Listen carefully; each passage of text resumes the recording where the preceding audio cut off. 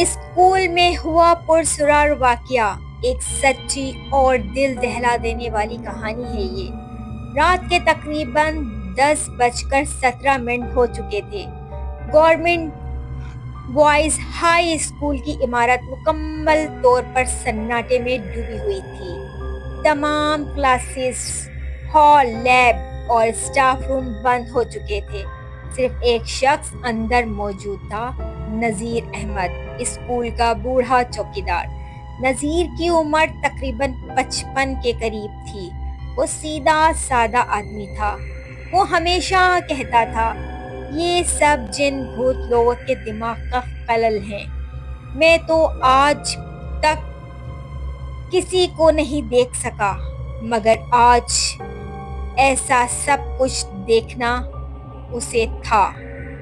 نذیر نے اسکول کے احاطے میں آخری چکر لگایا، تالا چیک کیا اور آفس کی سیڑھیوں پر آ کر بیٹھ گیا۔ وہ چائے کا تھرموس کھولنے ہی والا تھا کہ اچانک اسے یوں محسوس ہوا کہ کوئی اس کے پیچھے سے بہت آہستگی سے گزرا ہو۔ اس نے فوراً پیچھے مڑ کر دیکھا، کوئی نہیں تھا۔ پھر اچانک اس کے ارد گرد ہوا تھم گئی۔ ہوا کی وہ ٹھنڈی سی لہر جو اکثر درختوں سے آتی تھی، یکدم خاموش ہو گئی، ایسے جیسے ہوا بھی کسی چیز سے ڈر گئی ہو۔ اسی لمحے اسکول کی پرانی لائبریری کا دروازہ زور سے چڑچڑایا اور پھر خود بخود کھل گیا۔ نذیر لرز گیا۔ وہ بڑبڑایا، یہ دروازہ تو زنگ آلود تھا، خود بخود کیسے کھل سکتا ہے؟ مگر جب وہ دروازہ بند کرنے آگے بڑھا تو اندر سے ایک معصوم کی آواز آئی، لیکن وہ ہنسی معصوم نہ تھی، بلکہ ایسی تھی جیسے کسی قبرستان میں دفن بچہ کہکے لگا رہا ہے۔ وہ اندر داخل ہوا۔ اندھیرے میں صرف اس کی ٹارچ کی روشنی تھی۔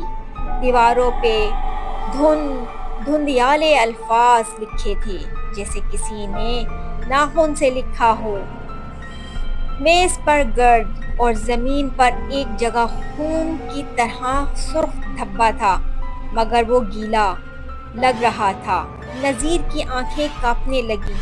پھر اچانک ایک کونے سے کسی کے بھاگنے کی آواز آئی۔ وہ ٹارچ گھما کر دیکھنے لگا۔ ایک بچہ، سفید قمیض، خاکی نیکر اور ننگے پیر۔ وہ ایک میز پر بیٹھا تھا، سر جھکائے جیسے کتاب پڑھ رہا ہو۔ کتاب کے ورق خود بخود پلٹ رہے تھے۔ نذیر نے کانپتی آواز میں کہا، بیٹا، تم یہاں کیا کر رہے ہو؟ اسکول بند ہو چکا ہے، تمہارے ماں باپ کہاں ہیں؟ بچہ خاموش رہا۔ اچانک اس نے سر اٹھایا۔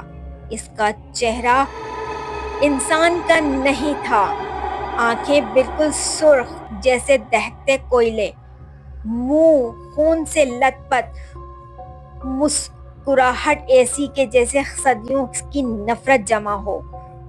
نذیر کی سانسیں رک گئیں، ٹارچ ہاتھ سے گر گئی اور بچہ آہستہ آہستہ رینگتا ہوا زمین پر آنے لگا، لیکن اس کے ہاتھ پیر الٹے ہو چکے تھے۔ وہ اب بچہ نہیں، کچھ اور بن چکا تھا۔ نذیر نے چیخ ماری، مگر کوئی سننے والا نہیں تھا۔ اس نے دروازے کی طرف بھاگنے کی کوشش کی، مگر دروازہ بند ہو چکا تھا، جیسے باہر سے کسی نے بند کر کے تالا لگا دیا ہو۔ نذیر نے کھینچنے کی کوشش کی، مگر بے سود۔ پھر اچانک وہی بچہ اس کے پیچھے نمودار ہوا اور چیخ کر بولا، مجھے پڑھنے دو۔ نذیر کی آنکھوں کے سامنے سب کچھ گھومنے لگا۔ کمرے کی دیواروں پر خون سے لکھا تھا، وہ واپس آ گیا ہے، وہ بچہ جو کبھی گیا ہی نہیں۔ اندھیرا چھا گیا۔ اگلی صبح جب ٹیچر آئے، لائبریری کا دروازہ کھلا ہوا تھا۔ اندر نذیر احمد بے ہوش پڑا تھا، مگر اس کی آنکھیں کھلی ہوئی تھیں۔ بال مکمل سفید، ہاتھ کانپ رہے تھے اور زبان بند۔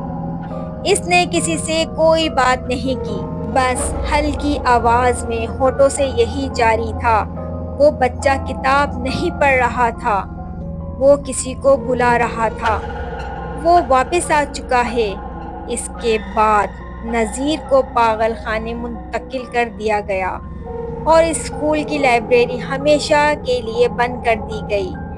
کہا جاتا ہے کہ رات کے وقت اگر کوئی دروازے کے ساتھ کان لگا کر سنے تو کسی بچے کی آہستہ آہستہ پڑھنے کی آواز اور پھر اچانک کہہ سنائی دیتی